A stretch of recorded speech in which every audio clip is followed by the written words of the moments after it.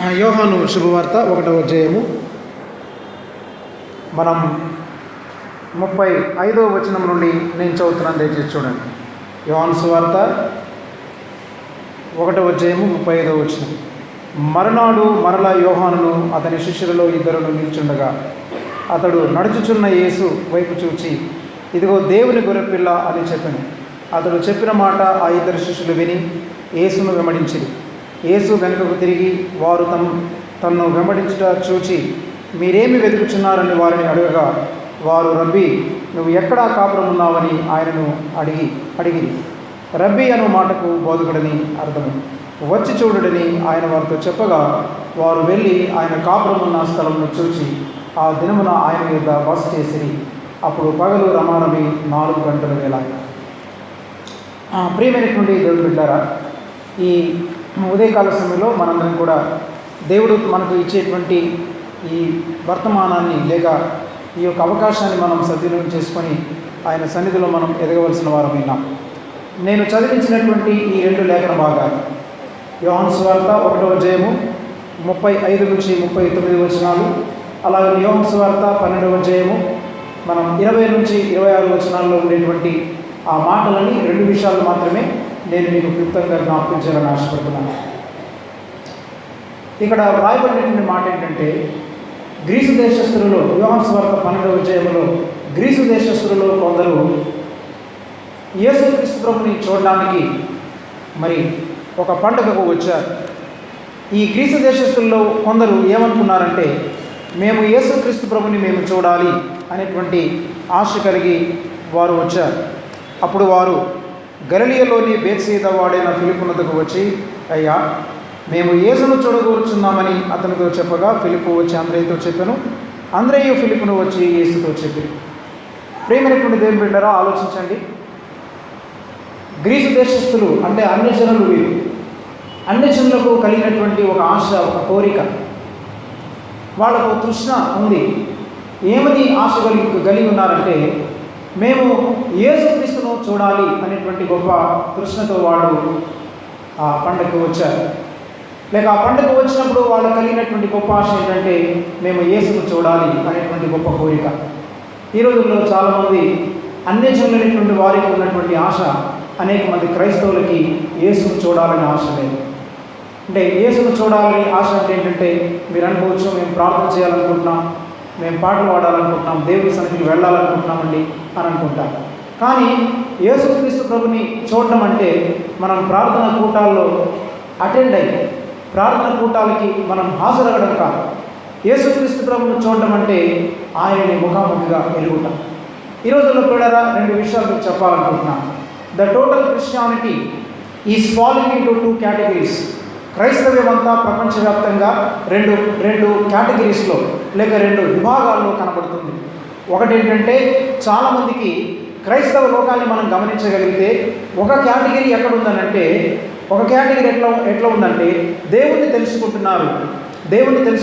ఎలా తెలుసుకుంటున్నారంటే, ఒకటి informative knowledge కలిగి జీవిస్తున్నారు. ఇన్ఫర్మేటివ్ నాలెడ్జ్, యేసుని గురించి ఇన్ఫర్మేషన్ తెలుసు. ఇక 2వ కేటగిరీ ఏంటంటే ఎక్స్పీరియన్షియల్ నాలెడ్జ్. ఒకటి informative knowledge and second one is experiential knowledge. అంటే మొట్టమొదటి కేటగిరీ ఏంటంటే యేసుని గురించి సమాచార సంబంధమైనటువంటి జ్ఞానాన్ని మాత్రమే తెలుసుకుంటున్నారు. ఫర్ ఎగ్జాంపుల్, ఎవరినైనా అడిగితే యేసు ప్రభు ఎవరు అనగానే మీరు వెంటనే చెప్పగలరు, చాలామంది చెప్పగలరు. ఆయన 2000 సంవత్సరాల క్రితం దాదాపుగా ఈ లోకానికి వచ్చాడండి, ఆయన శిలువ మీద మరణించాడు, బైబిల్లో 66 పుస్తకాలు ఉన్నాయి, ఆది కాండంలో ఫలాని సత్యం, ప్రకటన గ్రంథంలో ఫలాని సత్యం.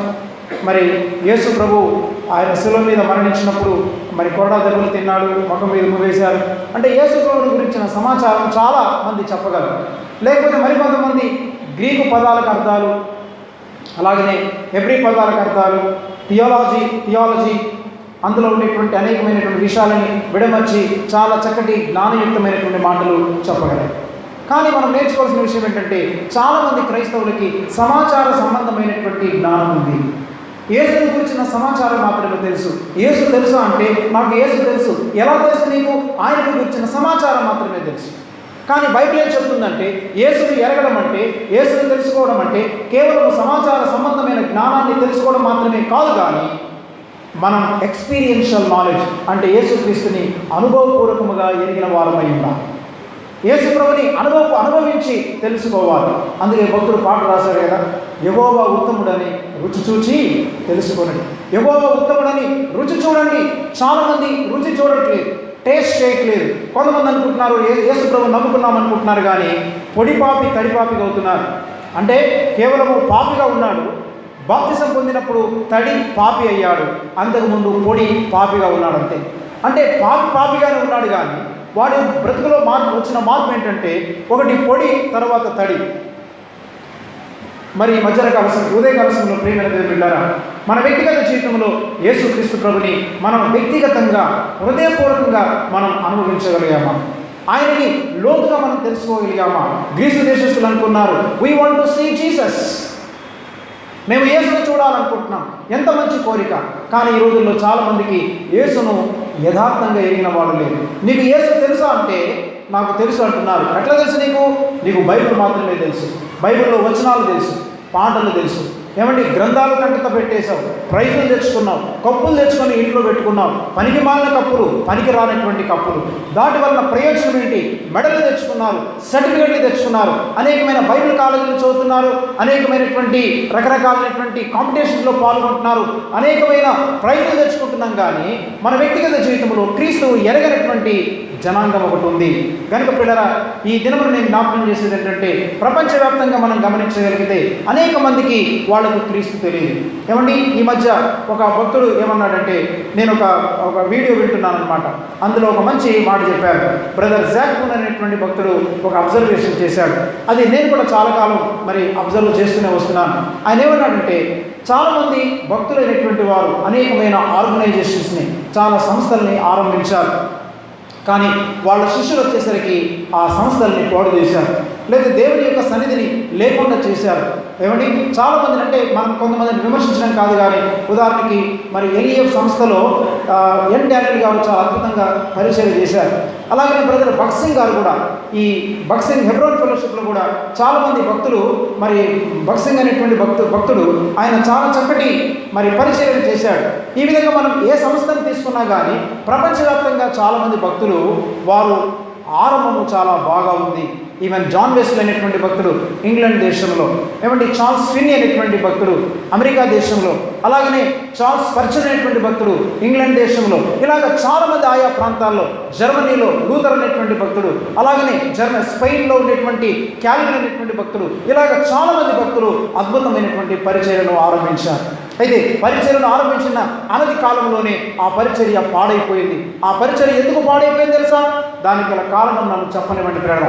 దానికి కలిగినటువంటి కారణం ఏంటంటే, ఫౌండర్స్ ఎవరైతే ఉన్నారో, founders knew God, founders knew their God, but these fellows అంటే దీస్ వాటికల్ ఈ డిసైపుల్స్ అనే వాళ్ళు ఎవరైతే ఉన్నారో, ఆయన క్రింద పెరిగినటువంటి శిష్యులు ఎవరైతే ఉన్నారో, వాళ్ళకు కేవలము డాక్టరీన్ మాత్రమే తెలుసు. అంటే వాళ్ళు సిద్ధాంతాలు నేర్చుకున్నారు, దేవుణ్ణి నేర్చుకోలేదు.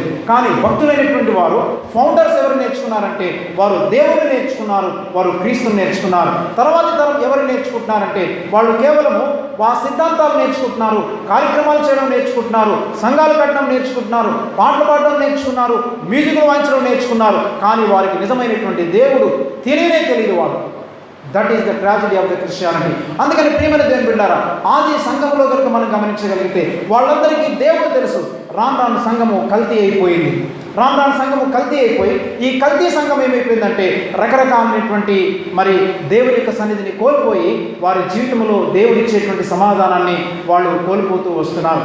అందుకని ఏమంటే మన క్రిస్టియన్ మూవీలోనే ఒక సాతాను ఏమంటుంటాడంటే, క్రైస్తవులను చూసి అంటుంటాడు, నేను అది విన్నాను. ఆ సాతాను వచ్చి క్రైస్తవుల గురించి ఒక స్టేట్మెంట్ చెప్తాడు. మీ క్రైస్తవులు, ఏ క్రైస్తవులు శిశువా, మీ క్రైస్తవులందరూ కూడా మీ నవ్వుతూ ఉంటారు, కానీ మీ నవ్వులు ఏడుపు కల్తీ అంటాడు. మీరు ప్రేమిస్తూ ఉంటారు, మీ ప్రేమలో ఏమంటే ద్వేషం కల్తీ అంటాడు. ఇంకేమంటాడంటే, మీరు త్యాగం చేస్తుంటారు, చాలా డబ్బులు ఇస్తుంటారు, కానీ మీ త్యాగంలో స్వార్థం కల్తీ అంటాడు. మీరు నవ్వుతుంటారు పైకి, కానీ మీ నవ్వులో ఏడుపు కల్తీ అన్నాడు. మీరు త్యాగం చేస్తుంటారు, మీ త్యాగంలో స్వార్థం కల్తీ అన్నాడు. మీరు ప్రేమిస్తుంటారు బయటికి, కానీ మీ ప్రేమలో ద్వేషం కల్తీ అన్నాడు. మీ బ్రతుకంతా కల్తీ బ్రతుకు అని అన్నాడు.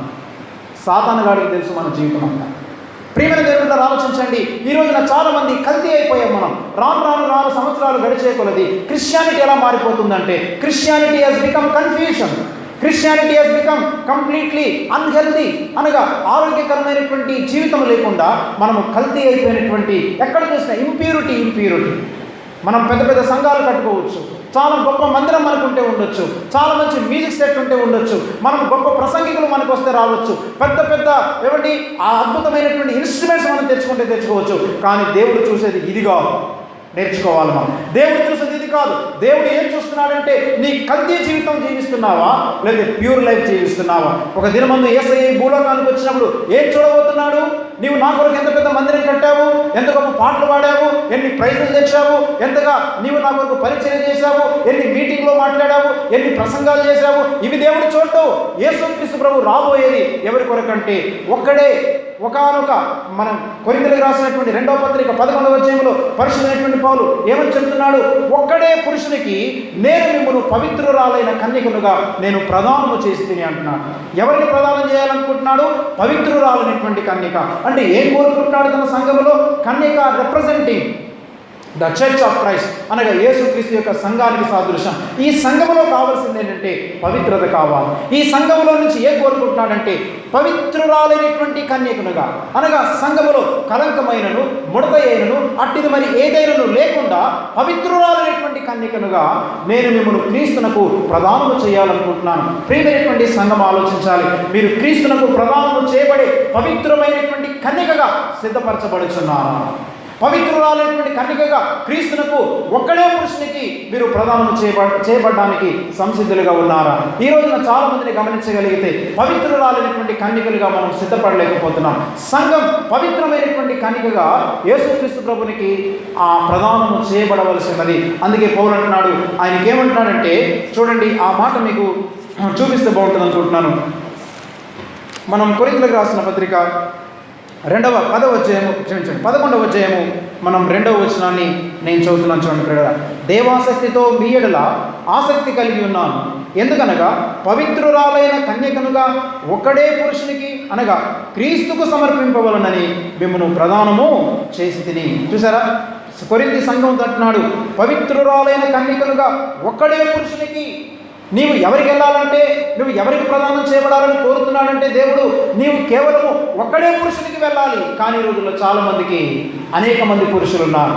అనేక మంది పురుషులు అంటే ఆధ్యాత్మికంగా ఆలోచిస్తుంటే భౌతికంగా చాలామందికి అనేక మంది పురుషులు ఉన్నారు. ఆధ్యాత్మికంగా తీసుకుంటే ఆధ్యాత్మికంగా కూడా చాలామంది పురుషులు ఉన్నారు. ఆత్మ సంబంధంగా క్రీస్తును మాత్రమే సేవించగలుగుతున్నావా లేక సాతాను కూడా సేవించగలుగుతున్నావా? క్రీస్తును మాత్రమే సేవించగలుగుతున్నావా లేక లోకాన్ని కూడా సేవించగలుగుతున్నావా? క్రీస్తుకు మాత్రమే నీ జీవితాన్ని సమర్పించుకుంటున్నావా లేకపోతే లోకంలో ఉండేటువంటి అనేకమైన అన్య కోరికలకు నీ జీవితాన్ని దాసోహం చేసుకున్నావా? ఆలోచించాలి. ప్రియమైన దేవుని బిడ్డలారా, ఈ రోజున చాలామంది జీవితాల్లో పవిత్రత అనేటువంటిది లోపించింది. ఈ పవిత్రమైనటువంటి జీవితం అనేది మన జీవితాల్లో లోపించింది. అందుకని పౌలు అంటున్నాడు, ఒక్కడే పురుషునికి అనగా క్రీస్తునకు సమర్పింపవలనని మిమ్మల్ని ప్రదానం చేశాను. చూసారా, మనల్ని ప్రదానం చేశాడు. అందుకని అయితే ఏం జరిగింది? సర్పము తన కీర్తి చేత హవ్వను మోసపరిచినట్లు మీ మనస్సులను చెరపబడి క్రీస్తు ఎడలనున్న సరళత నుండి పవిత్రత నుండి ఎట్లయినను తొలగిపోవునేమోనని నేను భయపడుచున్నాను. పౌలుకు పట్టిన భయం ఏంటి? పౌలు ఎలాంటి భయం కలిగి ఉన్నాడంటే, అయ్యో మీరు ఏ విధముగా చేతనైనను క్రీస్తు ఎడలనున్న సరళత నుండి పవిత్రత నుండి ఒకవేళ ఎక్కడైనా మీరు తొలగిపోతారేమోనని నేను ఈ విషయమై భయపడుచున్నాను. ఈ రోజున చాలామంది దేవుని సేవకులకి భయం లేదు, చాలామంది సంఘ పెద్దలకి భయం లేదు, చాలామంది ఏమండి మరి విశ్వాసులకి ఈ భయం లేదు. క్రీస్తు సరళత నుండి నేను ఎక్కడైనా తొలగిపోతానేమో అన్న భయం నీకుందా? ఏమంటే సంఘ పెద్దగా నా విశ్వాసులు ఎక్కడైతే ఈ క్రీస్తు సరళత నుండి పవిత్రత నుండి తొలగిపోతారేమోనన్న భయం మనకుందా? ఏమంటే ఒక సేవకునిగా నాలాంటి వాడు క్రీస్తు సరళత నుండి పవిత్రత నుండి తొలగిపోతాడేమోనన్న భయం నాలాంటి వాళ్ళకుందా? ప్రియమైన దేవుని బిడ్డలారా, మనమందరం కూడా నామకార్థంగా వస్తున్నాం, చక్కగా కూర్చుంటున్నాం, పాటలు పాడుతున్నాం, ప్రార్థన అయిపోగానే తుర్రుమని పారిపోతున్నాం.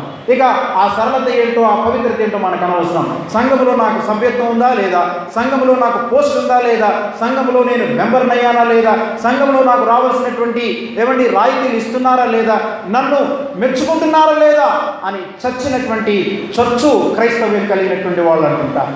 ఈ దేవుని యొక్క వాక్యములు గమనించండి ప్రియులారా, మీరు పవిత్రమైన సంఘముగా మార్చబడకపోతే, పవిత్రమైనటువంటి సంఘముగా తీర్చిదిద్దబడకపోతే మీరు క్రీస్తుకు ప్రదానము చేయబడలేదు.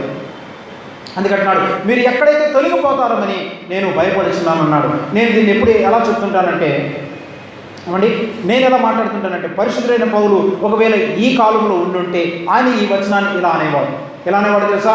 ఆ కాలంలో ఉన్నటువంటి పౌలు ఈ కాలానికి వచ్చినప్పుడు ఏమనేవాడంటే, నేను దీన్ని ఇట్లా చదువుతున్నాను చూడండి ప్రేర. అప్పుడు అన్నాడు, క్రీస్తు ఎడలనున్న సరళత నుండి పవిత్రత నుండి ఎట్లయినను తొలగిపోవునేమో అని భయపడుచున్నాను అన్నాడు కదా. నేను దీన్ని ఇలా చదువుతున్నాను చూడండి. క్రీస్తు ఎడలనున్న సరళత నుండి పవిత్రత నుండి తొలగిపోయింది అని నేను బాధపడుచున్నాను అనేవాడు. తొలగిపోయిందని బాధపడుచున్నాను. ఇప్పుడు క్రిస్టియానిటీని ఎక్కడ చూసినా కానీ పవిత్రత నుండి తొలగిపోయింది.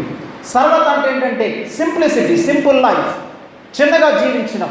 క్రీస్తు ఎడల ఉండేటువంటి అంటే ఈ డంబములు, ఆడంబరములు, ఏమండి, మరి గొప్పతనాలు, గ్రేట్నెస్లు, మేము ఇంత గొప్ప అంత గొప్ప అనేటువంటి ఆ గొప్పతనాలతో చాలామంది జీవిస్తున్నారు. అన్యజనులు జీవించారు. క్రైస్తవులకు ఏం పోయే కాలం వచ్చింది నాకు అర్థం కాదు. ఏమండి, క్రైస్తవులు ఎందుకు ఇలా జీవిస్తున్నారు? మన గొప్పతనాలని మనం చూపించుకుంటాం. నేను ఎంత గ్రేట్ తెలుసా, నా బిడ్డలు ఎంత గ్రేట్ తెలుసా, నా చదువు ఎంత గ్రేట్ తెలుసా. నువ్వు గ్రేట్నెస్ అనుకుంటున్నావా? You belong to the Babylon. నువ్వు బబులోనుకు చెందినటువంటి వ్యక్తివి. బబులోను దుస్థితి ఏంటో తెలుసా? ప్రకటన గ్రంథం చదవాలను వెళ్ళి, ప్రకటన గ్రంథం 17వ అధ్యాయం 18 అధ్యాయాలు కనుక మీరు చదవగలిగితే, ఇప్పుడు టైం లేదు కాబట్టి నేను చూపించట్లేదు బ్రదర్, ఈ 2 అధ్యాయాలు చదవండి. బబులోను పరిస్థితి ఏమైంది అక్కడ అంటున్నాడు, Babylon the great, Babylon the great, it is destroyed and it is collapsed. మహాబబులోను కూలిపోయెను. Babylon the great was completely collapse. మహాబబులోను కూలిపోయిందని చూస్తున్నాం. మహాగా ఎదగడానికి ప్రయత్నం చేస్తున్నావా? గొప్పగా ఉండడానికి ట్రై చేస్తున్నావా? లోకంలో అతిశయించడానికి నీకున్న తలాంతులను బట్టి, నీకున్న డబ్బును బట్టి, నీకున్న కారును బట్టి, నీకున్న బంగళాను బట్టి, నీకున్న పదవిని బట్టి, నీకు సంఘములో ఉండేటువంటి ఆధిపత్యాన్ని బట్టి, లోకంలో ఉండేటువంటి ఆధిక్యతలను బట్టి, పవర్స్ని బట్టి నువ్వు అతిశయించినట్లయితే జాగ్రత్త. You are going to be collapsed one day. నీ ఒక దినమందు మహాబబులోను కూలిపోయినట్లుగా కుప్ప కూలిపోబోతున్నావు. బైబిల్లో ఒక ఆశ్చర్యం చెప్పనివ్వండి ప్రేర. మీకు ఆశ్చర్యాలు చాలామంది చూడరు. ఊరికినే మనం ఏమండి గుంపులో గోవింద నలుగురితో నారాయణకు చదువుకుంటూ పోతుంటాం. బైబిల్ గ్రంథంలో హల్లెలూయా అనే మాట ఎక్కడ వాడబడింది తెలుసా? బబులోను కూలిపోయినప్పుడు మాత్రమే వాడబడింది. అక్కడ ఒక చోటనే 3 సార్లు వాడబడింది. మహాబబులోను కూలిపోయెను హల్లెలూయా, మహాబబులోను కూలిపోయెను హల్లెలూయా, మహాబబులోను కూలిపోయెను హల్లెలూయా. 3 times there only that song. అర్థమవుతుందా? ఎప్పుడు హల్లెలూయా చెప్తుందంటే పరలోక సైన్య సమూహం ఎప్పుడు హల్లెలూయాని ప్రకటిస్తుంది తెలుసా? పాటలు పాడినప్పుడు కాదు. మనం ఎప్పుడు అనుకుంటున్న పాటలు పాడినప్పుడు హల్లెలూయా అని చెప్తుంటాం. కానీ దైవ గ్రంథం చెప్తుంది ఎప్పుడు దేవునికి స్తోత్రం చెల్లించబడుతుందంటే మహాబబులోను కూలిపోయినప్పుడు. అందుకని ప్రియులారా, బబులోను నిర్మాణాలు కానీ, బబులోను గొప్పతనాలు కానీ దేవుని సంఘములో పనికిరాదు. అందుకే పౌలంటున్నాడు, క్రీస్తు ఎడలనున్న సరళత నుండి, ఆ సింప్లిసిటీ లైఫ్, ఆ సింపుల్ లైఫ్, చిన్నగా జీవించే జీవితం, దీన మనసు కలిగి జీవించే జీవితం నుండి తొలగిపోతున్నామా? మనం తొలగిపోయాం ప్రియులారా. ఆ సింప్లిసిటీ లేదు, దీనత్వం లేదు, ఒకరి ఎడల ఒకరు ప్రేమ కలిగి, ఒకరికంటే ఒకరు ఘనముగా ఎంచుకుంటూ, ఒకరికంటే ఒకరు గొప్పగా ఎంచుకుంటూ, నాయనా మీరు చాలా దేవుని యందు భయభక్తులు కలిగిన వాళ్ళు, నేను మీకు దాసుని అని అన్నదమ్ముల్లాగా, అక్కచెల్లెల్లాగా అనేకమైన సంఘాల్లో మెదలడం లేదు ఇక్కడ. చాలామంది ఏంటంటే నీకంటే నేను ఎక్కువ అనుకుంటున్నారు, నాకంటే నువ్వే ఎక్కడ ఏ విషయంలో ఎక్కువ, మేము చాలా గొప్ప వాళ్ళమని అనేక మంది విర్రవీగుచున్నారు. అందుకని దేవుని యొక్క వాక్యం అంటుంది, విర్రవీగుచున్నటువంటి నీ అతిశయాన్ని దేవుడు అణచబోతున్నాడు అనుకుంటున్నారు చాలామంది. ఏమిటి? ఈ సరళత అనేటువంటి దాని నుంచి తొలగిపోయారు. నీవు సరళత అనగా ఈ సింపుల్ లైఫ్ కనుక జీవించకపోతే నీవు ఏం చేయబడబోతున్నావు తెలుసా? క్రీస్తునకు ప్రదానము చేయబడవు. గుర్తుపెట్టుకోవాలి. అదేంటండి, కానుకలు ఇచ్చాను, అర్పణలు ఇచ్చాను, అనేకమైనటువంటి గొప్ప కార్యాలు చేశాను, దేవుని సంఘానికి లక్షల కొలది ఇచ్చాను, నీ తుప్పాసు డబ్బులు తీసుకెళ్ళి చెత్తపుట్లు పడేస్తాడు దేవుడు. నువ్వు అనుకుంటున్నావేమో సరళతతో కూడిన జీవితాన్ని నువ్వు జీవించినంత కాలం, ఏమంటే దేవుని కొరకు పౌరుషం కలిగి, రోషం కలిగి పవిత్రమైన జీవితాన్ని జీవించినంత కాలం, ప్రేమైన దేవుని బిడ్డ, నువ్వు క్రీస్తునకు ప్రదానము చేయబడవు. క్రీస్తునకు ప్రదానము చేయబడడానికి 2 లక్షణాలు ఉండాలి. సరళత ఉండాలి, పవిత్రత ఉండాలి, సింప్లిసిటీ లైఫ్ ఉండాలి, ప్యూరిటీ లైఫ్ ఉండాలి. ఇవి 2 లేకుండా ఏ ఒక్కడు కూడా ప్రపంచంలో క్రీస్తునకు ప్రదానము చేయబడడు. కానీ విచారం ఏంటంటే అసలైంది ఈ సంఘాల్లో ఈ 2 లేవు. అసలు సింప్లిసిటీ లేదు, తర్వాత సరళత లేదు, అలాగనే మరి పవిత్రత అనేటువంటిది ఏ కోశాన కనపడడం లేదు. చాలా మందిని గమనిస్తుంటారు ప్రియులారా. ఆశ్చర్యం ప్రియులారా, చాలా మంది పాస్టర్లు అనబడేటువంటి వారికి కూడా మన విశాఖపట్నంలో పట్టిన దౌర్భాగ్యం ఏంటో కానీ అనేక మందికి ఇద్దరు భార్యలు, ఏమండి, ఇద్దరు భార్యలు కలిగి జీవిస్తుంటారు. ఉంచుకున్నది ఒకటి, పెంచుకున్నది ఒకటి. ఎంత విచారం! ఇలాంటి దౌర్భాగ్యం పట్టినటువంటి ఏమండి జీవితాలు అనేకమైన సంఘాల్లో జీవిస్తున్నారు. కొన్ని సంఘాల్లోనైతే సంఘ పెద్దలకి ఇద్దరు భార్యలు. ఏమంటే మొన్న మధ్య గాజుబాగ్ అనేటువంటి ప్రాంతానికి వెళ్ళాను. అక్కడ ఒక 1 year నేను వాళ్ళకి వాక్యోపదేశం చేశాను. అయ్యా మాకు సేవకులు లేడు, మీరు రండి అంటే సంవత్సరం వెళ్ళారు. ఆ సంవత్సరం వెళ్ళిన తర్వాత వాళ్ళకి ఒక చిన్న గొడవలు వచ్చాయన్నమాట. ఆ వాళ్ళలో చిన్న గొడవలు వచ్చిన తర్వాత నన్ను పిలిచారు. వాళ్ళకి సర్ది చెప్పాను. అన్నీ చెప్పిన తర్వాత అందులో ఒక అమ్మాయి నాకు ఫోన్ చేసి ఏముందంటే, అంకుల్ మరి మా పరిస్థితి ఇలా ఉంది అన్నది. ఏమైందమ్మనంటే, ఇదిగో మా సంఘంలో అంటే ఫలాని సంఘ పెద్దకి 2 భార్యలు అంది. నేను ఆయనకి 2 భార్యలు అంటే, ఆయనకే కాదు అంకుల్, దాదాపుగా సంఘంలో ఉండేటువంటి ప్రెసిడెంట్, సెక్రటరీ అందరికీ 2 భార్యలు. అప్పుడు అనుకున్నాను, నేను చాలా ఆశ్చర్యపోయాను. వావ్, అసలు ఒక్కడికి అనుకుంటే అందరంతే అనంటే అందరంతే అంకుల్ అన్నాను. ఆ రోజు నుంచి మానేసింది, వెళ్ళలేదు. ఏమెందని చెప్పండి, నువ్వు 2 భార్యలు పెట్టుకొని నువ్వు ప్రెసిడెంట్గా కూర్చుంటే, 2 భార్యలు పెట్టుకొని సెక్రటరీగా ఉంటే, 2 భార్యలు పెట్టుకొని ట్రెజరర్గా ఉంటే, అసలు నిన్ను బట్టి దేవుని సన్నిధి ఎలా ఉంటుంది సంఘంలో? నీవు దేవుని సంఘానికి ఆటంకం. అలాంటి వారిని సంఘం నిలబెట్టి బయటికి నెట్టివేసేయాలి. మీరు నేర్చుకోండి ప్రేరణ. మా సంఘంలో ఈ మధ్య ఇద్దరు వ్యక్తులను నేను వెలివేశాను. తెలుసా మీకు? రెడ్ హ్యాండెడ్గా వ్యభిచారంలో పట్టబడినటువంటి వ్యక్తులు, ఒక వ్యక్తిని ఉంచుకున్నటువంటి వ్యక్తులు, ఇద్దరు ఏమండి రహస్యంగా అక్రమ సంబంధం కలిగి ఉంచుకుంటున్నటువంటి వ్యక్తులు, ఏమి తెలియనట్లాగా కాముకొచ్చే చర్చిలో కూర్చొని దేవుని స్తోత్రం వందనాలంటున్నారు. వాళ్ళకి పర్సనల్గా 3 సార్లు హెచ్చరించాను, బ్రతుకు మార్చుకోలేదు. సంఘ పెద్దలను వాళ్ళని పిలిపించి పర్సనల్గా మాట్లాడి, ఇక నుంచి నువ్వు సంఘానికి రావద్దు, గడవలు బయటికి వెళ్ళిపోమన్నాను. ఎందుకో తెలుసా? సంఘముకు కావలసింది పవిత్రత. ఈ రోజున సంఘములోనికి గొడవలు వచ్చేస్తున్నాయి, సంఘములోనికి కేసులు వచ్చేస్తున్నాయి, సంఘములోనికి వ్యభిచారం వస్తుంది, సంఘములోనికి అపవిత్రత వస్తుంది, సంఘములోనికి అసూయ వస్తుంది, విరోధ భావాలు వస్తున్నాయి. మన సంఘం ఏ విధముగా పవిత్రంగా ఉండగలదో ఆలోచించాం. ప్రేమైనటువంటి దేవుని బిడ్డ, దేవుడు కోరుకునేది పవిత్రమైనటువంటి సంఘం. బెంజమిన్ మిల్లర్ అనేటువంటి ఒక గొప్ప పార్లమెంటేరియన్, అంటే అమెరికా దేశంలో ఉండేటువంటి పార్లమెంట్కి ఆయన చైర్మన్గా ఉన్నాడు. ఈ చైర్మన్ ఉండేటువంటి ఆయన 1991 సంవత్సరం అనుకుంటాను, దాదాపుగా అటు ఇటుగా ఆయన ఏం చేశాడంటే, ఆ రోజున ఈ పార్లమెంట్లో ఏంటంటే ఎవ్రీడే మార్నింగ్ వాళ్ళు బ్రేక్ఫాస్ట్ చేసి, ఆ బ్రేక్ఫాస్ట్ సందర్భంగా ఆ చైర్మన్ గారిని పిలిపించి ప్రార్థన చేయించుకోవడం వాళ్ళకి ఆనవాయితీ. అయితే ఈ ప్రార్థన చేయించుకునేటువంటి సందర్భంలో బెంజమిన్ మిల్లర్ గారిని పిలిచారు. అయ్యా, మా బ్రేక్ఫాస్ట్ అయిపోయింది. చాలా పెద్ద అధికారం కలిగినటువంటి వాడు. ఈ బెంజమిన్ మిల్లర్ గారిని వచ్చి, అయ్యా మాకు ప్రార్థన చేయండి అని అన్నప్పుడు, ఆ బెంజమిన్ మిల్లర్ గారు ఆ బ్రేక్ఫాస్ట్ ఫంక్షన్లో పార్లమెంట్లోనికి వచ్చి ఆయన నిలబడి ఈ విధంగా ప్రార్థన చేశాడట. ఏమని ప్రార్థన చేశాడు తెలుసా? ఉంది వాటర్. ఆయన ఏమని ప్రార్థన చేశారో తెలుసా? ఆయన లేచి నిలబడి 3 మాటలు ప్రార్థన చేశారట. ఆ మాటలు విన్నప్పుడు ప్రియులారా, నాకైతే లెంపకాయ మీద గట్టి కొట్టినట్టు అనిపించింది. మరి మీకేమనిపిస్తుందో నాకు తెలియదు, అసలు అర్థమవుతో లేదో నాకు తెలియదు. అయినా కానీ చెప్తాను వినండి. ఆయన 3 మాటలు ప్రార్థన 3 మాటలు చేశారట. వీళ్ళందరూ క్రిస్టియన్స్, చాలా గొప్ప పదవుల్లో ఉండేటువంటి వాళ్ళు. వాళ్ళందరి దగ్గర లేచి నిలబడి చాలా ధైర్యంగా మాట్లాడారట, ప్రార్థన చేశారు. ఏంటో తెలుసా ప్రార్థన? మొట్టమొదటి ప్రార్థన, మొదటి స్టేట్మెంట్ చెప్పాడు. ప్రభువా, అంటే అది ఇంగ్లీష్లో చెప్పాడు, నేను తెలుగులో తర్జుమా చేసి చెప్తున్నా. ప్రభువా, యూదులు నిన్ను ఎరుగునట్లు కృప చూపండి. అంటే let the Jewish people know Christ, అంటే యూదులు క్రీస్తును ఎరగనివ్వండి. రెండవది ఏమన్నాడంటే ముస్లింలు క్రీస్తును ఎరగనివ్వండి. మూడవది ఏమన్నాడంటే క్రైస్తవులు క్రీస్తును ఎరగనివ్వండి అన్నాడు. అంటే అర్థం ఏంటి తెలుసా?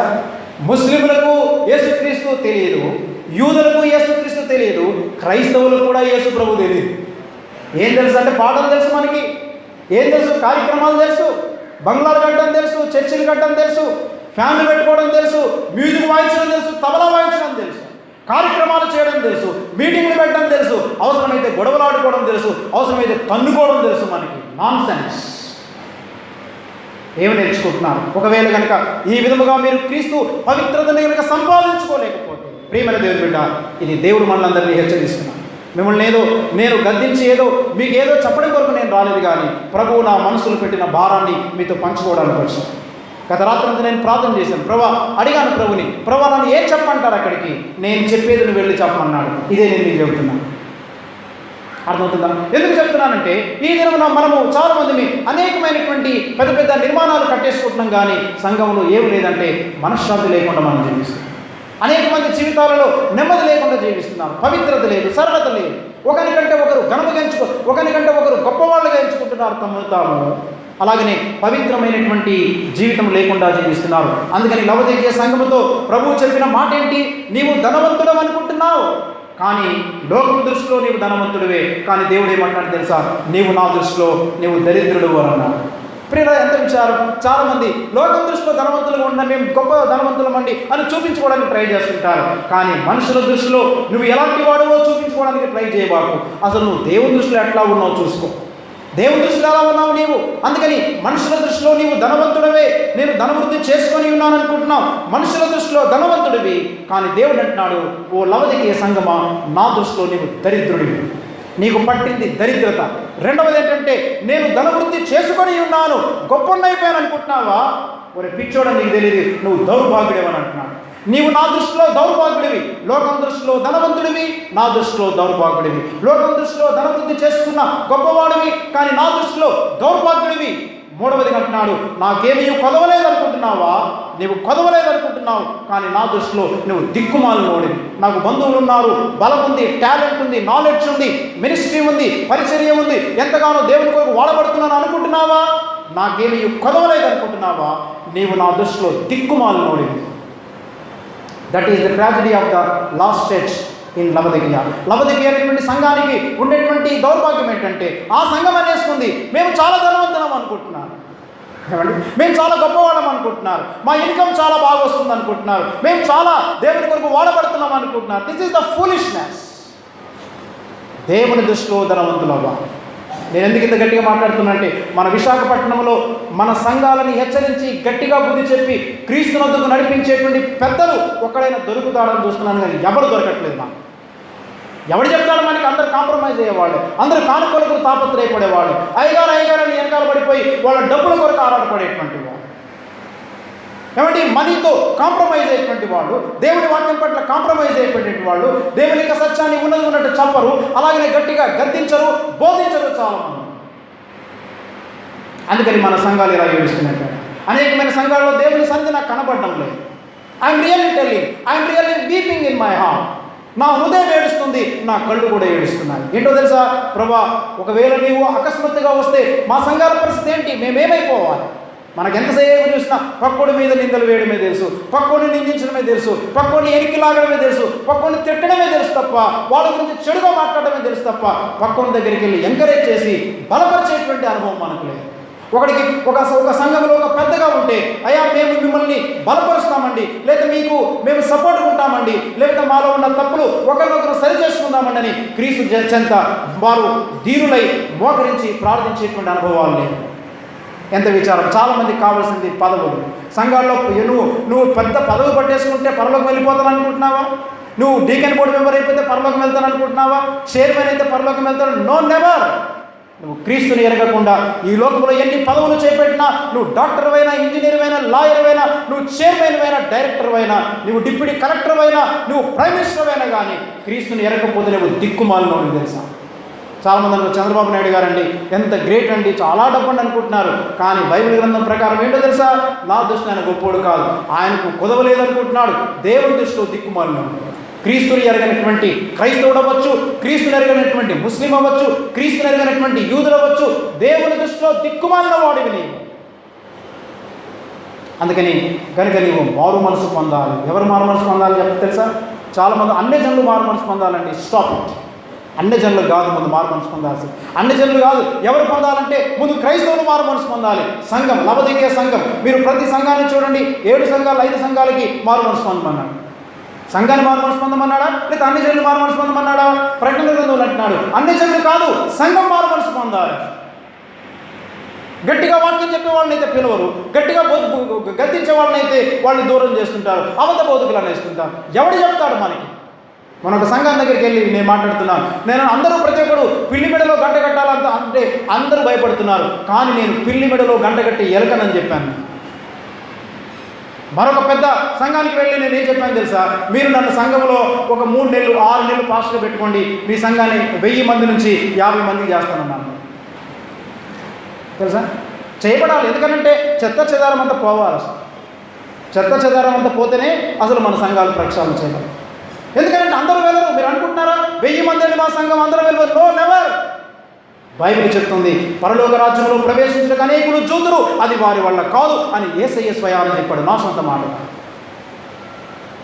యేసు ప్రభు చెప్తున్నాడు, ఇది ఇరుకు మార్గం, అందరూ వెళ్ళలేరమ్మా, ఇరుకు మార్గం. నిన్ను నువ్వు తగ్గించుకొని, నిన్ను నువ్వు చిన్నగా చేసుకొని ఆ ఇరుకులో పట్టడానికి ప్రయత్నం చేయగలిగినప్పుడే, నీ గర్వాన్ని అణుచుకోగలిగినప్పుడే, నీ అతిశయాన్ని అణుచుకోగలిగినప్పుడే, నా సహోదరుడు నాకంటే చాలా గొప్పవాడని ఆయనని ఎంకరేజ్ చేసి గౌరవించదగినప్పుడే, నా సహోదరు నాకంటే మంచిది అని నువ్వు చెప్పగలిగినప్పుడే, నీ సహోదరుని నిన్ను నిందించినా, నీ సహోదరుని నీ మీద దెబ్బలాడినప్పటికీ నువ్వు ఏం చెప్పగలగాలంటే, నేను తగిన వ్యక్తిని, నా సహోదరి చాలా మంచిదని చెప్పగలిగినప్పుడు నువ్వు నిజమైన క్రైస్తవురాలు. అందుకని గ్రీసు దేశస్తులు ఏమనుకుంటున్నారు తెలుసా, అయ్యా మేము యేసును చూడగోరుచున్నాము అనగా ప్రియులారా గమనించండి, యేసును చూడాలని కోరుకుంటున్నారు. అయితే ఈ లోకమంతా ఏమనుకుంటున్నారు తెలుసా, అన్ని జనులు ఎవరిని చూడాలనుకుంటున్నారు? చెప్పండి, ఎవరిని చూడాలనుకుంటున్నారు? యేసును చూడాలనుకుంటున్నారు, అంతేగాని మన బంగ్లాలు చూడాలనుకోవట్లా. మనం ఏం చేస్తున్నామంటే, లోకానికి యేసును చూపించడానికి బదులు ఎవరిని చూపిస్తున్నాం తెలుసా? మనకున్నటువంటి చర్చిలు చూపిస్తున్నాం, మనకున్నటువంటి వాహనాలు చూపిస్తున్నాం, మనకున్న కార్యక్రమాలను చూపిస్తున్నాం, మనకున్న పెద్ద మ్యూజిక్ సెట్ అండి, ఇది సింగపూర్ నుండి తెచ్చామండి, ఇది మలేషియా నుండి తెచ్చామండి, లేదా ఫలాని అమెరికా నుండి వచ్చిందండి, అసలు ఈ పుల్పిట్ ఎలాంటిదో తెలుసా అని గొప్పలు చెప్పుకుంటున్నాం. యేసుని లోకమంతా అన్ని జనాంగం ఏం చేయాలనుకుంటున్నారంటే, వాళ్ళకు యేసు కావాలి. గుర్తుపెట్టుకోవాలి, నీ జీవితంలో, నా జీవితంలో యేసును చూపించనంత వరకు మనం సంఘము కాదు. వాళ్ళ ఆత్మీయ దానం తీర్చబడాలంటే, వాళ్ళు పరలోక రాజ్యానికి వెళ్ళాలంటే, మనము యేసును తప్ప ఇంకా ఏది చూపించినా కానీ అది వారిని పరలోకానికి తీసుకెళ్ళలేదు. గ్రీసు దేశస్తులంటే, అయ్యా మేము యేసును చూడగోరుచున్నామండి. వాళ్ళేమో యేసును చూడాలంటే మనం ఏం చేస్తున్నాం? యేసుకు బదులుగా మిగతావన్నీ చూపించేస్తున్నాం. యేసు తప్ప అన్నీ ఉన్నాయి మన దగ్గర, ఆయన సన్నిధి తప్ప అన్నీ మన దగ్గర ఉన్నాయి. కానీ అన్ని చెల్లెకి ఏంటంటే, మాకు అట్లా కాదు, we want to see Jesus. మన భవనాలని, మన కార్యక్రమాలని, మనకుండేటువంటి రకరకాలైనటువంటి వెండి బంగారాలని ఇవన్నీ చూపించేస్తున్నాం మనం. అందుకని ఇక్కడ గమనించండి, మనకు ఉన్న వాటిని లోకానికి చూపిస్తున్నాం, కానీ మనలో ఉన్నవానిని లోకానికి చూపించండి. లోకం ఎవరిని చూడాలనుకుంటుంది? మనలో ఉన్నవానిని లోకం చూడాలనుకుంటుంది. మనకు ఉన్న వాటిని లోకం చూడాలనుకోవట్లేదు. మనకున్న వాటిని లోకాన్ని చూపిస్తే వాళ్ళకు మనకంటే ఎక్కువ ఉన్నాయి తెలుసా మీకు? మాకు పెద్ద కారు ఇచ్చాడండి దేవుడు, అది ఫూలిష్నెస్ అండి, మీకంటే పెద్ద కారు మాకు ఇంకా పెద్దది ఉందని అంట. మా అబ్బాయి అమెరికాలో జాబ్ చేస్తున్నాడు, మీ అబ్బాయి అమెరికాలో 2 ఏళ్ళు అయిందేమో వెళ్ళి, మా అబ్బాయి మాత్రం అమెరికాకి వెళ్ళి 10 ఏళ్ళు అయిందండి అని అంట. మనకున్న వాటి కంటే ఎక్కువగా వాళ్ళకు కూడా ఉన్నాయి. కానీ వాళ్ళకు కావాల్సింది ఏంటంటే, మనకు ఉన్న వాటిని మనం చూపించడం కాదు, మనలో ఉన్నవానిని మనం లోకానికి చూపించాలి. ఇది మన ప్రియమైన దేవుని బిడ్డ, ఇది ప్రవచనాత్మకమైన వాక్యం అనుకుంటారు, లేదా హెచ్చరిక అనుకుంటారు, ఇది ఆదరణ అనుకుంటారు, ఏమని అనుకోండి నాకు తెలియదు. బట్ దేవుడు నాకు ఇది చెప్పండి, నేను మీకు జ్ఞాపకం చేస్తాను. ఈ రోజున చాలామంది సంఘాలని ప్రక్షాళన పరచాలి, గొడవ పెట్టే వ్యక్తిని ప్రక్షాళన పరచాలి. ఎవడైనా క్రీస్తు సంఘములో అలజడి సృష్టించాడా, వాడిని సంఘం అంతా కలిసి వెలివేయాలి. వాడు పాపం చేశాడా, వాడిని వెలివేయాలి. ఆ విధంగా వెలివేస్తూ పోతుంటే సంఘములో మిగిలేదు కొద్దిమంది. దాని కొరకే యేసయ్య రాబోతున్నాడు. అందుకే బైబిల్ గ్రంథం అంతా చూడండి, ఎక్కడ చూసినా చిన్న మంద భయపడు. చిన్న మంది అన్నాడా, పెద్ద మంది అన్నాడా? చిన్న మంది అన్నాడు. అర్థమవుతుంది మీ అందరికీ? చాలా కాలం తర్వాత వచ్చి ఇలా మాట్లాడుతున్నారంటే అని అనుకుంటున్నారా? నేను ఎప్పుడు ఇలానే మాట్లాడతాను, మీకు అందరికీ తెలుసు. చిన్న మంద పెద్ద మందిని గురించి ప్రభు మాట్లాడట్లేదు. అందుకని మనము యేసుని లోకానికి మనం చూపించాలి. కానీ యేసును చూపించడానికి బదులుగా ప్రపంచవ్యాప్తంగా సంఘం, నేను ఏదో ఒక సంఘం గురించో, మీ సంఘం గురించి, మా సంఘం గురించి మాట్లాడలేదు, ప్రపంచవ్యాప్తంగా ఉన్న క్రైస్తవ సంఘం గురించి నేను మాట్లాడుతాను. అంత మాత్రం కాదు, ఆ యోహాను సువార్త 1వ అధ్యాయంలో మనం చూడగలిగితే అక్కడ ఏమన్నాడు చెప్పండి? 2 శిష్యులు వచ్చారు, బాప్తిసం ఇచ్చే యోహాను యొక్క శిష్యులు వీళ్ళు. బాప్తిసం ఇచ్చే యోహాను యొక్క శిష్యులు, 2 శిష్యులు నిల్చున్నప్పుడు బాప్తిసం ఇచ్చే యోహాను అంటున్నాడు, ఏమన్నాడు తెలుసా? యేసు ప్రభువును చూపించి, జాగ్రత్త వినండి, ముగించేస్తాను, ఈ 2 మాటలు చెప్పి ముగించేస్తాను. యేసు ప్రభును చూపించి ఏమంటాడు తెలుసా? యేసు ప్రభు బాప్తిస్మం ఇచ్చే యోహాను యేసును చూపించి ఇద్దరు శిష్యులతో మాట్లాడుతున్నాడు. ఇద్దరు శిష్యులు ఎవరు? ఒకడు యేసు ప్రభు యొక్క శిష్యుడైన యోహాను, రెండవది అంద్రెయ. ఈ ఇద్దరు శిష్యుల్ని యేసు వైపు చూపిస్తున్నాడు బాప్తిస్మం ఇచ్చే యోహాను. ఇద్దరు శిష్యులను చూసి, ఇదిగో చూడండి అయ్యా, ఇదిగో లోక పాపమును మోసుకొని పోవు దేవుని గొర్రెపిల్ల అనగానే ఈ ఇద్దరు శిష్యులు అడిగారు, ఆ యేసు ప్రభుని అడిగాడు, రబ్బీ నువ్వు ఎక్కడ కాపురం ఉంటున్నావు అని అడగగానే ఆ యేసు ప్రభు చెప్పిన సమాధానం ఏంటి తెలుసా? మనలాంటోళ్ళని అడిగారు అనుకోండి, అయ్యా మీరు ఎక్కడ కాపురం ఉంటున్నారంటే, నేను సిరిపురం జంక్షన్లో ఉన్న దత్తైలాండ్లో నా ఇల్లండి అని అన్నాను కదా. లేదా జగదాంబ జంక్షన్లో ఉంది చూడండి, ఆ జంక్షన్లో పెద్ద అపార్ట్మెంట్ కనబడుతుంది చూడండి, అది 4 బెడ్రూమ్డ్ ఫ్లాట్, అందులో ఫస్ట్ ఫ్లాట్ మాదే. మనమైతే మనం గొప్పలు చెప్పుకుంటాం కానీ అందుకని కొంతమంది ఇంటిని బట్టి గర్విస్తుంటారు, వారి బిడ్డలను బట్టి గర్విస్తుంటారు, వారి వెండి బంగారాలను బట్టి గర్విస్తుంటారు. చాలా జాగ్రత్తగా రండి నా మాట. ఎందుకంటే చాలామంది అనుకుంటారు the cost of the house, the location of the house and the size of the house doesn't matter to God. నువ్వు ఎంత పెద్ద ఇంట్లో జీవిస్తున్నావు దేవునికి అనవసరం. నువ్వు ఎంత కాస్ట్ పెట్టి ఇల్లు కొన్నావు దేవుడు దాన్ని చూడు. నువ్వు ఎలాంటి లొకేషన్లో ఎలాంటి ప్రాంతంలో నివసిస్తున్నావు దేవునికి అనవసరం. నేర్చుకోవాలి పాఠాలు క్రైస్తవులు. కానీ వారికి ఉన్న గృహాలను బట్టి ఆశ్చర్యపడుతుంటారు. మాది పెద్దిల్లండి. ఎవరికి కావాలి పెద్దిల్లు? నువ్వు పెద్దిల్లు కలిగి క్రీస్తు నెరకపోతే నువ్వు వెళ్ళేది నరకంలో ఉండబోతున్నావు. గప్పున ఎగయిచుండునయో నిప్పులన్నీ రగులుచుంటాయి, అబ్బలెవ్వరు కానరందున నరకమనున్నది నిరతముండు. నరకమనున్నది నిరతముండునయో ఆ ఘోర నరకము నందు పాపులు బాధపడుదురయో. గప్పున ఎగయుచుండునయో ఆ ఘోర నరకము నందు పాపులు బాధపడుదురయో. ఆ ఘోర నరకములో పాపులు బాధపడుతుంటారు. నరకమన్నది నిరంతరం ఉండబోతుంది. అందుకని వీళ్ళు ఏమంటున్నారు తెలుసా? ఈ గొప్పతనాన్ని చెప్పట్లేదు. రబ్బీ నువ్వెక్కడ కాపురం ఉంటున్నావు, ఈ మాట చాలా జాగ్రత్తగా అందరం. రబ్బీ నువ్వెక్కడ కాపురం ఉంటున్నావు అనగానే యేసయ్య ఉన్నాడు తెలుసా? ఏమండి, పాత నిబంధన వర్తమానం వేరు, క్రొత్త నిబంధన వర్తమానం వేరు. పాత నిబంధన వర్తమానంలోనే ఇంకా క్రైస్తవం జీవిస్తుంది. క్రైస్తవులు ఇంకా పాత నిబంధనలో బ్రతుకుతున్నారని నేను కొన్ని వందల రెఫరెన్సులు మీకు చూపించగలను. మీరు ఇంకా పాత నిబంధన కింద బ్రతుకుతున్నారని కొన్ని హండ్రెడ్స్ ఆఫ్ రెఫరెన్సులు మీకు చూపించగలను. క్రైస్తవ సంఘం అలా బ్రతుకుతుంది ప్రేరణ. అయితే యేసు పాత నిబంధన వర్తమానం వేరు, క్రొత్త నిబంధన వర్తమానం వేరు. పాత నిబంధన వర్తమానం ఏంటి తెలుసా? రండి వినండి. క్రొత్త నిబంధన వర్తమానం ఏంటి తెలుసా? వచ్చి చూడండి. కమాండ్ హియర్ కాదు, కమాండ్ సి. పాత నిబంధన పాంప్లెట్స్లో వేస్తుంటారు, రండి రక్షణ పొందండి, రండి వినండి రక్షణ పొందండి. అది పాత నిబంధన స్లోగన్. కానీ క్రొత్త నిబంధన స్లోగన్ ఏంటంటే వచ్చి చూడుడి. అంటే అర్థం ఏంటి తెలుసా? యేసయ్య అన్నాడు, మీరు కావాలనుకుంటే వచ్చి చూడండి, నేను ఎక్కడ కాపురం ఉంటానో రండి చూడండి అన్నారు. అనగానే ఈ ఇద్దరు శిష్యులు యేసయ్య కాపురం ఉన్న బస చేయుచున్న స్థలమునకు వెళ్ళి యేసయ్యను చూచారు. జాగ్రత్తగా యేసయ్యను చూచారు. ఏం జరిగింది తెలుసా? ఆశ్చర్యం. యేసు ప్రభువుని చూచారు. ఏం జరిగింది తెలుసా? ఎంత ఆశ్చర్యం అంటే యేసయ్య దగ్గరికి వెళ్ళారు, బస చేయించున్నటువంటి స్థలమును చూచారు. ఇక మళ్ళా తిరిగి వారింటికి వెళ్ళలేదు. జీవితాంతం యేసుతోనే ఉండిపోయారు. ఏం చూశారు వీళ్ళు ఉండిపోవడానికి? అరే దేన్ని బట్టి ఉండిపోయారండి? ఎవరైనా మా ఇంటికి వచ్చినటువంటి వాళ్ళు చూసి పాస్టర్ గారికి మీ ఇంట్లోనే ఉండిపోతాం అన్నారనుకోండి, మీ బంధువులు ఏమంటారు? అరే ఏం చూసి ఉండిపోయారండి పాస్టర్ గారి ఇంట్లో, వాళ్ళ ఇంట్లో ఏముంది ఇంతకి అని ఆశ్చర్యం కలుగుతుందా లేదా? ఆశ్చర్యం కలుగుతుంది. అలాగా ఇద్దరు శిష్యులు యేసయ్య దగ్గరికి వచ్చారు, చూచారు. అంటే యేసయ్యకు పోనీ ఉండడానికి ఏమైనా ఇల్లుందా అంటే, నక్కలకు బరియలు ఆకాశ పక్షులు గూళ్ళు ఉన్నాయి, కానీ మనిషి కుమారునికి స్థలం వాల్చుకునే స్థలం కొంచెమేనను ఉండడానికి ఇల్లే లేదు. పెద్ద మినిస్ట్రీ ఏం లేదు. యేసు ప్రభుకి పెద్ద బంధువర్గం ఏం లేదు. ఆయనకి పెద్ద పేరు ప్రఖ్యాతులు కూడా ఏమి లేవు. మరి ఏం చూసుండిపోయారు? ఇదే అండి ప్రశ్న. ఏం చూసి ఉండిపోయారు వాళ్ళు? ఇద్దరు శిష్యులు ఎలా ఉండిపోయారు తెలుసా? ఇద్దరు శిష్యులు యేసయ్య దగ్గరికి వెళ్ళారు, ఆయనను చూచారు. చూసిన తర్వాత ఇద్దరు శిష్యులు కూడా వెంటనే వారు తిరిగి రావాలని ఆశపడలేదు, కానీ యేసుతో పాటు ఉన్నారు. ఎంతవరకు ఉన్నారంటే వారి జీవితాంతము యేసుతోనే ఉండిపోయారు. అంత మాత్రం కాదు, వారి జీవితాలని చివరికి యేసు కొరకే అర్పించేంతగా యేసుతోనే ఉండిపోయారు.